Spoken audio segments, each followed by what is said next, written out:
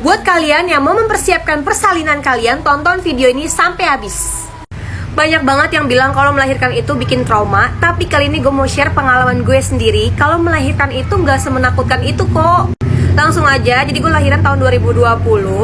Waktu itu HPL gue tanggal 28 April. Dan gue memutuskan buat cuti melahirkan itu sebulan sebelum HPL.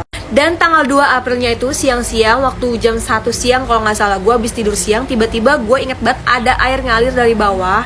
Ya itu tuh bukan pipis, tapi pas gue cium tuh kayak air biasa aja gitu loh. Nah gue biasa aja karena gue nggak tahu kalau itu tuh ternyata air ketuban. Abis itu gue langsung naik motor ke bidan dengan kondisi tuh air ketuban udah ngalir, tapi gue nggak mules sama sekali. Pas udah nyampe bidan, pas sampai bidan dicek ternyata baru pembukaan 1, tapi gue nggak mules sama sekali, cuman kayak sakit mau head gitu loh. Nah akhirnya gue diinduksi tuh. Abis diinduksi kayak lama-lama mulesnya kayak jaraknya makin deket gitu loh. Selama mules itu gue sama sekali nggak panik, gue nggak teriak, gue bener-bener atur pernafasan sebisa mungkin, seingat mungkin. Nanti gue kasih tau ke kalian YouTube-nya Bidan Kriwil cara buat pernafasan untuk melahirkan.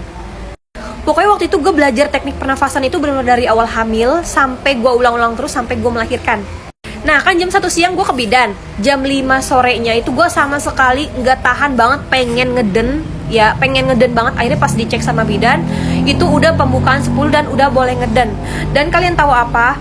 Cuman dengan 5 kali kedenan gitu anak gue udah loncat, udah keluar. Dan yang lebih bersyukur lagi apa? Gue sama sekali nggak dijahit. Padahal itu anak pertama dan cowok. Biasanya kan kalau anak pertama itu biasanya pasti susah gitu ya. Abis itu berapa menit ya, 20 menit atau 30 menit gue langsung disuruh pipis sama bidannya. Dan gue aneh banget, gue pipis sama sekali gue gak ngerasa sakit, kayak gak habis ngelahirin gitu loh. Nah kalau ini kuncinya adalah Gymbol. Buat yang gak tahu Gymbol, kalian bisa cek keranjang kuning. Tapi kalau mau kalian ngelakuin ini, kalian harus konsultasi sama dokter kalian. Ya ini dipakainya pas umur berapa, dan bayinya itu posisinya udah harus di bawah kepalanya. Nah ini dia, makasih banyak buat Bidan Kriwil karena udah nge-share teknik pernafasan ini. Ini bener-bener ngebantu banget. Intinya kalau kalian mau melahirkan dengan enak dan nyaman, harus dipersiapkan sedini mungkin teknik pernafasannya untuk mengatur gitu ya, supaya kita tetap ada tenaga nanti pas melahirkan. Dan jangan lupa juga pakai Gymbol karena itu bener-bener membantu banget buat mengelastiskan jalan keluar bayi. Jangan lupa juga minum vitamin. Kalau gue waktu itu minumnya Blackmores atau Volumil Genio ya.